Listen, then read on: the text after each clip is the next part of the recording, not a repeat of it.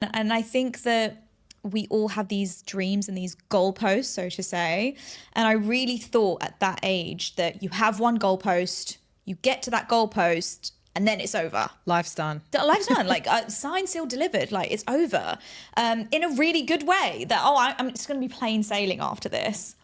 Obviously, it wasn't, and it was a real hit to the ego. It was a real hit to, my mindset of like, oh, what now?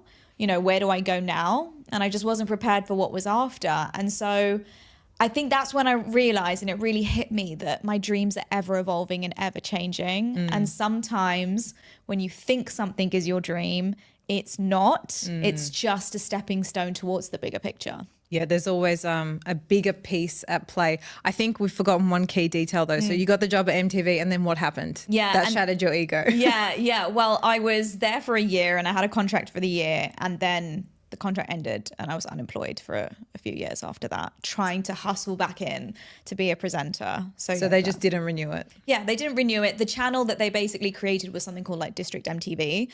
So they were trying a new concept of music and fashion together, and it just wasn't picking up. So they ended it all, and that was me. That was me done.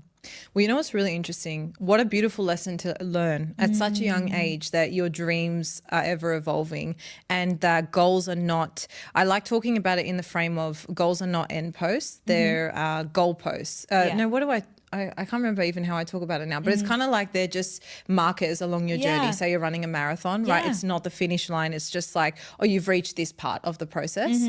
And the reason I think this is so important to really embrace is because it helps you enjoy the process, which is something I really struggle with, that patience piece when not much is happening or things are happening, but they're happening in a different way to what you think. You actually zoom out and you remember you're just in that middle part of between those checkpoints. And when you really zoom out all the way, you realize that's actually what life is. It's not about, I had a similar experience where I thought that achieving this goal, getting this job, or reaching this point was going to feel a certain way. And it felt great, but then it was over and it was like, okay, now what's the next part of life? So I think it's good to have had that reframe at such a young age where you're like, okay, my goals are actually just markers of what's next. And the thing is, no one teaches us this.